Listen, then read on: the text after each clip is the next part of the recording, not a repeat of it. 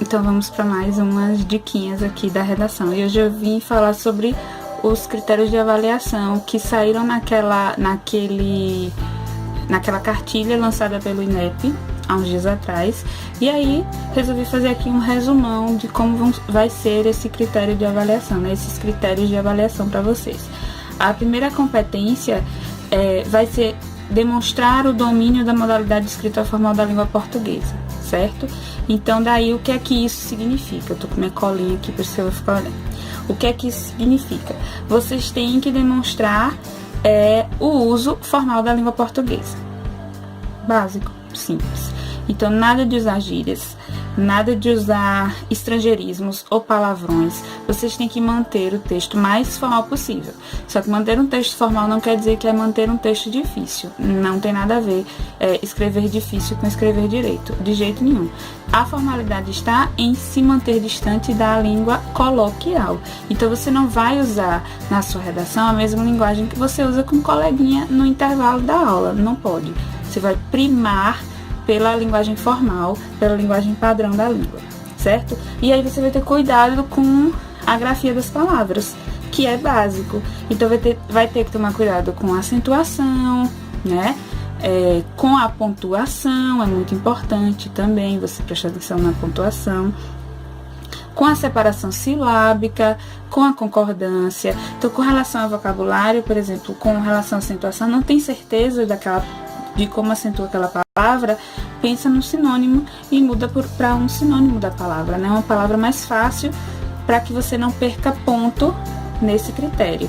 Lembra que cada competência equivale a 200 pontos. Então, a gente tem que tomar cuidado para não perder esses 200 pontos de cada competência, né? Então, quanto mais pontos a gente mantiver em cada competência, melhor vai ser para nossa nota no final da correção. Revise o texto antes de passar a limpo, certo? Por quê? Porque nessa revisão você vai ver. Então, faça um rascunho sim. Não é perder tempo fazer rascunho, é tomar cuidado do seu texto. Então, faça um rascunho sim e preste atenção nesse rascunho quando você estiver passando a limpo, porque daí você pode evitar erros de concordância, erros de pontuação, né? Acentuação, que é o básico mesmo. Competência diz respeito à adequação, e tem ali, competência 2, compreender a proposta de redação e aplicar conceitos das variadas áreas de conhecimento para desenvolver o tema, dentro dos limites estruturais do texto dissertativo argumentativo em prosa. Em prosa? Como assim? Normal, texto dissertativo argumentativo em prosa é esse texto dissertativo argumentativo que a gente conhece. O que seria essa adequação? Primeiro seria a adequação ao tema. Como assim? Então, eu tenho o tema é um desafio. Primeiro de tudo, o tema é um desafio. E aquele tema tá ali para eu interpretá-lo e compreender do que se trata aquele tema, né? Sempre haverá uma frase do tema. A persistência da violência contra a mulher. Essa é a frase do tema do ano passado. Só que esse tema ele via ilustrado, não apenas por textos verbais, mas também por textos não verbais, que são imagens, para a gente se inspirar, né? Eu gosto de dizer que aquela coletânea de textos é para a gente se inspirar, né? Então, assim, quando vocês estiverem fazendo a leitura do tema, então tem que prestar atenção para tirar daquele tema o significado dele, né? Através da frase do tema, mas também através desses textos. E quando estiver lendo os textos, vai fazendo as anotações das ideias que vêm à cabeça, porque às vezes vocês deixam para lá e aí a ideia foge. E às vezes ela tem uma ideia legal para colocar. Então vai lendo os textos e vai colocando na prova mesmo coisas que vocês querem escrever, ideias que vocês tiveram com relação àquele tema, certo? Essa é a questão da adequação ao tema. Portanto, não pode fugir do tema, né? E a segunda adequação é a estrutura mesmo, ao gênero dissertativo, argumentativo em prosa, que é aquele texto básico, que é o texto que tem introdução, desenvolvimento, conclusão. Esse é o texto argumentativo dissertativo em prosa. Qual é a diferença desse texto do Enem, né, para qualquer outra redação? É porque na redação do Enem você não vai só expor pontos positivos e negativos acerca do tema. Não, você vai expor esses pontos negativos e positivos e você vai também apontar soluções, porque o tema é um problema, certo? Um problema de cunho social, um problema de cunho político, científico, cultural. Então, aquilo é um problema. Então, você vai apontar os pontos positivos e os pontos negativos com relação àquele problema e, na sequência, você vai apontar soluções, né? O texto dissertativo, argumentativo em prosa é um texto que se propõe, né, digamos assim, a apresentar solução para aquele problema, certo? Esse daí, né, a terceira competência é selecionar, relacionar, organizar e interpretar informações, fatos, opiniões e argumentos em defesa de um ponto de vista, certo? Nesse momento aí, o que é que vocês vão fazer? Vocês vão organizar as ideias que surgem. Como é que vocês vão organizar essas ideias? Apresentando fatos, apresentando dados estatísticos, apresentando, sei lá, lembrou de um filme, eu vou botar aqui, aquele filme que eu lembrei que tem relação com esse tema, uma letra de música que fala sobre aquilo, é o momento de colocar, né? Por quê? Porque essa competência aqui tem a ver com a sua capacidade de organizar as suas ideias para convencer o seu leitor, para convencer a pessoa que está corrigindo a sua redação, certo? Se vocês forem fazer uma citação de uma música, por exemplo, que é uma citação direta, você tem que colocar a fonte. Então, você tem que colocar de quem é a música. É um exemplo, né? Serve para qualquer outra citação. Se for citar Fernando Pessoa, tem que dizer que aquilo ali é de Fernando Pessoa, certo? Nesse momento é que você mostra seu conhecimento de mundo. Então, é onde o candidato mostra que ele lê revista, que ele lê jornal, que ele assiste programas de TV variado, que ele ouve música boa, que ele tem contato com diversas formas de conhecimento, ok? A quarta competência, que é demonstrar conhecimento dos mecanismos linguísticos necessários para a construção da argumentação. E aí aqui a gente vai falar sobre coerência e coesão, né? Coerência é você manter a mesma linha de raciocínio do início ao fim do seu texto, né? Então você tem que ser coerente quando você constrói os seus argumentos, quando você aponta as suas ideias, porque elas têm que fazer sentido. Elas têm que ter um encadeamento que faça sentido, do início ao fim. Você não pode chegar no meio do texto e mudar de ideia. Eu tava falando, não vou falar mais isso não, vou mudar de ideia aqui. Não, né? Porque você não vai estar sendo coerente, né? E a coesão vão ser os mecanismos linguísticos que você vai usar para transformar o seu texto numa coxa, não de retalhos, mas para costurar o seu texto, para ele ficar coerente através da coesão. Aí você vai usar conectivos, os mais diversos, né? Um pronome para retomar um termo, para não ficar repetindo palavra, né? Sinônimos também é um artifício legal, porque você não vai ficar citando a mesma palavra sempre, né? Você pode usar sinônimos para retomar aquela ideia que você, a princípio, colocou no seu texto. Eu coloquei aqui alguns conectivos, né?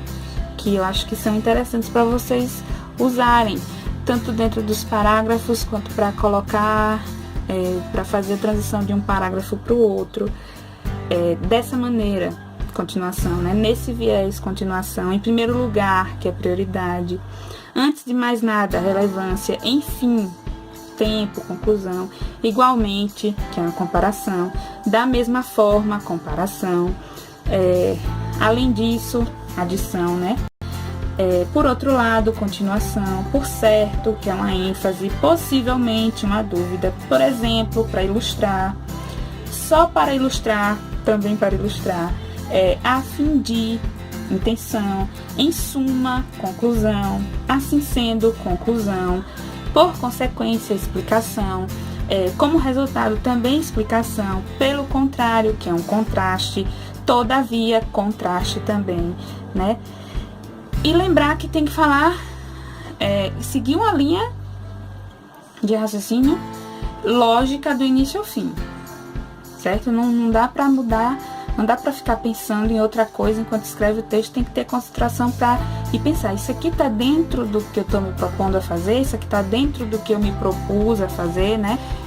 A minha introdução tem a ver com os meus parágrafos de desenvolvimento e a minha conclusão está retomando a ideia inicial do meu texto, né? Ela está retomando e ela está respeitando a estrutura, isso tudo, quinta competência. A última, mas ela não é a menos importante, pelo contrário, ela é responsável por tirar 200 pontos de vocês, mas ela também é responsável por dar 200 pontos para vocês, né? Ela é uma competência legal, porque ela é simples. Ela é apenas elaborar uma proposta de intervenção para o problema abordado, respeitando os direitos humanos.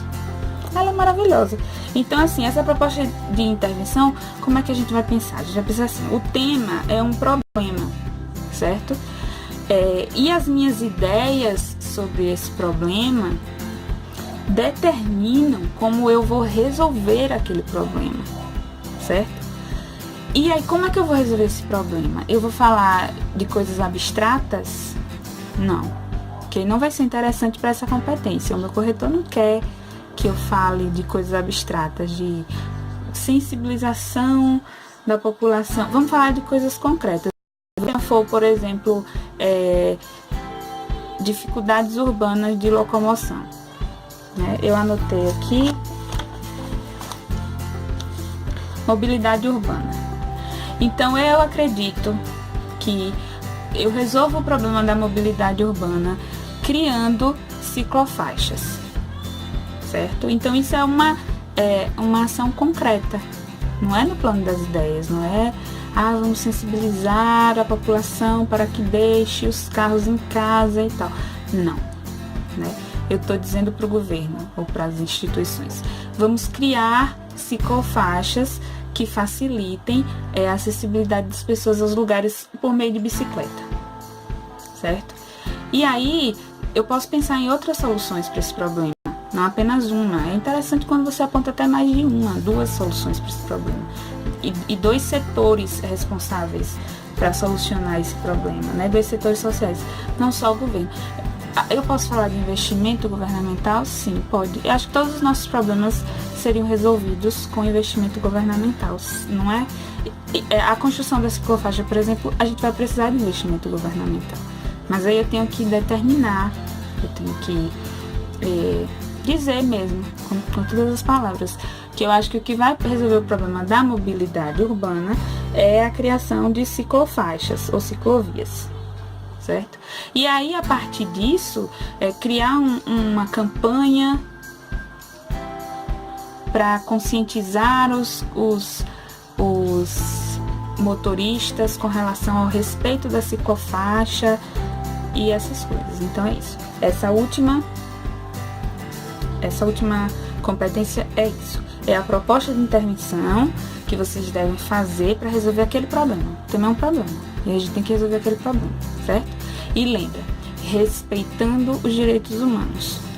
É muito legal esse lance, porque assim, essa quinta competência, se você obedece tudo direitinho aí, e você chegar na quinta competência e você faz a proposta de intervenção social no final da sua redação, pronto, 200 pontos. Não é legal? Pois é, então era isso. Hoje eu vim aqui só para falar sobre esses critérios de avaliação da redação, certo? Boa sorte. Beijo da próxima.